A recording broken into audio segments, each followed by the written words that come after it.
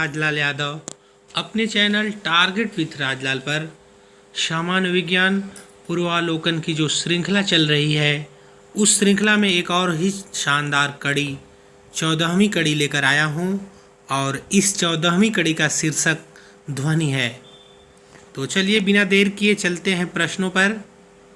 जब सितार और बांसुरी पर एक ही स्वर बजाया जाए तो उनसे उत्पन्न ध्वनि का भेद निम्नलिखित में अंतर के कारण किया जाता है। जब सितार और बांसुरी पर एक ही स्वर बजाया जाए तो उनसे उत्पन्न ध्वनि का भेद निम्नलिखित में अंतर के कारण किया जाता है। तो इसका जो सही जवाब होगा केवल ध्वनि गुणता के कारण। केवल ध्वनि गुणता के कारण। ध्वनि की गुणता ध्वनि में उपस्थित सन्नादी तथा अधिस्वरों की संख्या, उनका परस्पर महत्व आदि अवयवों पर निर्भर करती है। सितार और बांसुरी पर एक ही स्वर बजाए जाने की स्थिति में उनसे उत्पन्न ध्वनि का भेद ध्वनि की गुणता के कारण पहचाना जा सकता है। अगला प्रश्न, अनुरणन। अनुरणन विशेषतः बड़े गिरजाघरों तथा अन्य बड़े भवनों में प्रतीत होते हैं। दीवारों, छत एवं धरातल से अपवर्त ध्वनि परावर्तन हो सकता है। तो नीचे दिए कूट का प्रयोग करके सही उत्तर का चयन कीजिए। तो जो सही उत्तर है ए आर दोनों सही हैं और आर ए सही का स्पष्टीकरण है।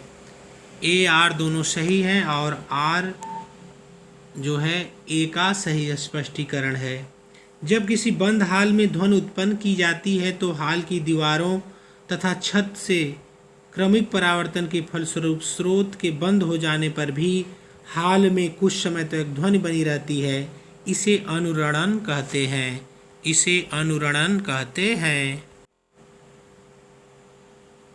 अगला प्रश्न, निम्नलिखित कथनों पर विचार कीजिए।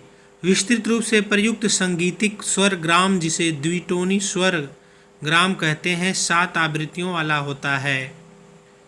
दूसरा कथन है स्वर सा की आवृत्ति 256 हर्ट्ज होती है और स्वर नी की आवृत्ति 512 हर्ट्ज होती है।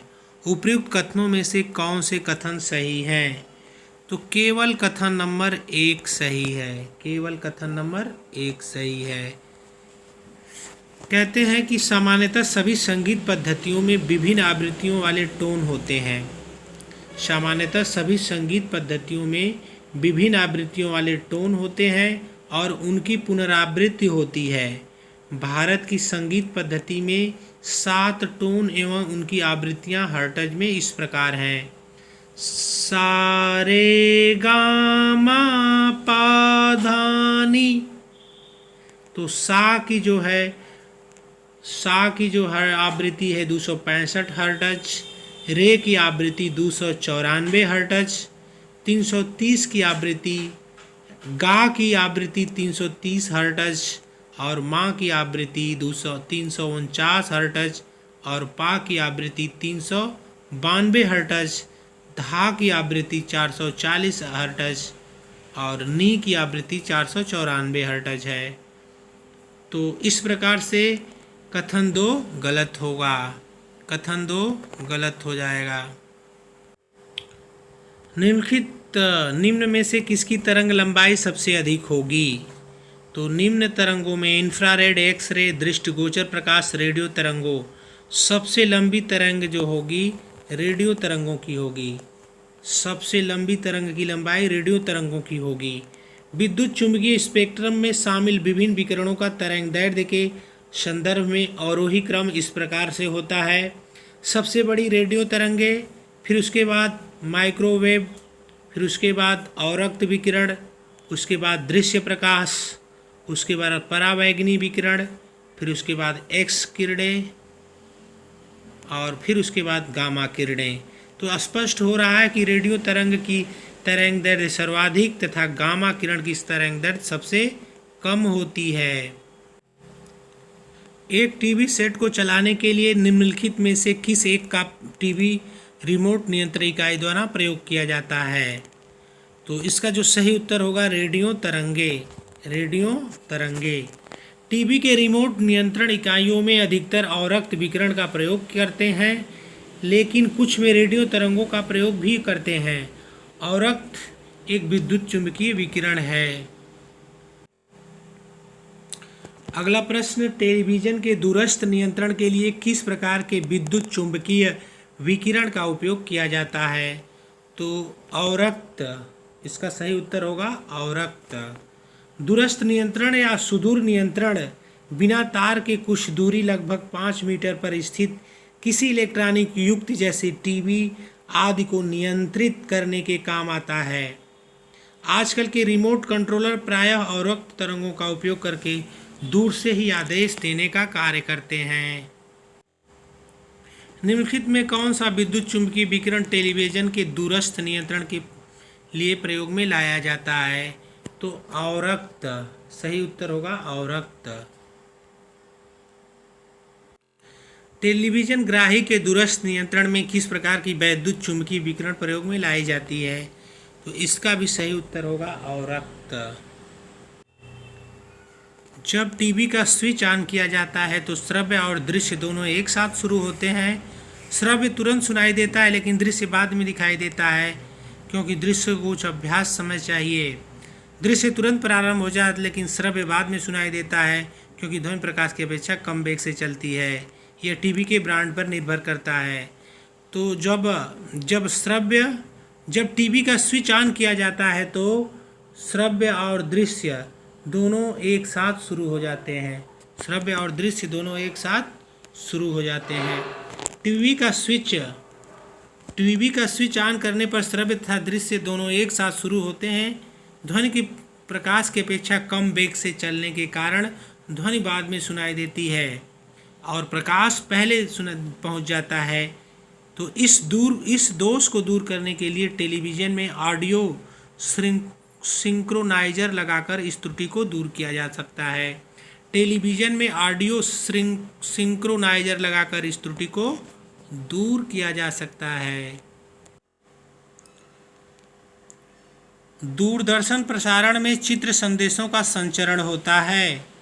दूरदर्शन प्रसारण में चित्र संदेशों का संचरण आयाम मॉड्यूलम द्वारा होता है। आयाम मॉड्यूलम द्वारा होता है। दूरदर्शन प्रसारण में ध्वनि संचरण के लिए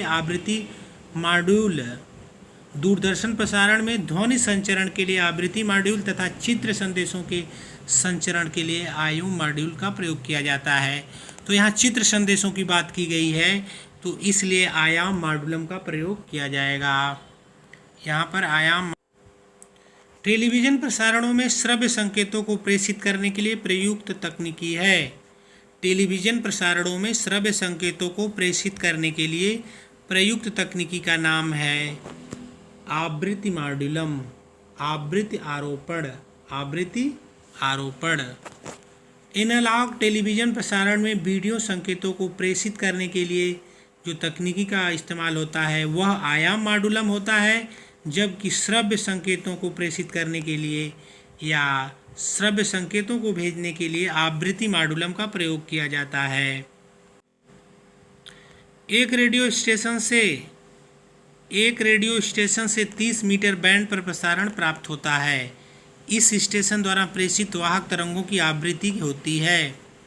एक रेडियो स्टेशन से 30 मीटर बैंड पर प्रसारण प्राप्त होता है। इस स्टेशन द्वारा प्रेषित वाहक तरंगों की आवृत्ति 10 मेगाहर्ट्ज होगी। तो चूंकि हम जानते हैं कि n बराबर होता है C बटे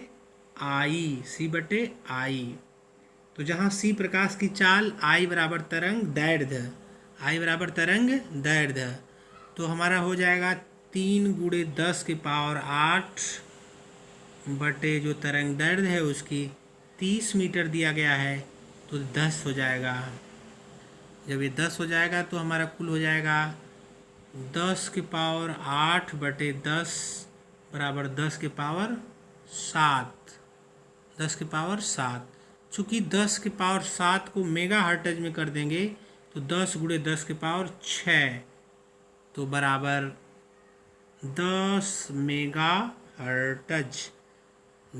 मेगाहर्ट्ज। तो उत्तर हो जाएगा 10 मेगाहर्ट्ज। कथन: रेडियो तरंगें चुंबकीय क्षेत्र में बंकित हो जाती हैं। उसका कारण है रेडियो तरंगों की प्रकृति विद्युत चुंबकीय है।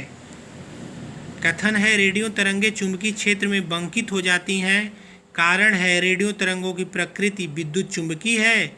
तो कथन एक गलत है और कारण सही है। कथन एक गलत है और कारण सही है, क्योंकि रेडियो तरंगें विद्युत चुंबकीय प्रकृति की होती हैं, अतः वे सामान्यतः विद्युत चुंबकीय एवं वैद्युत क्षेत्रों में अप्रभावित होती हैं।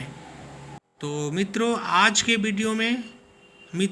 वीडियो में बस इतना ही। आगे फिर हम वीडियो लेकर आएंगे। तब तक के लिए नमस्कार।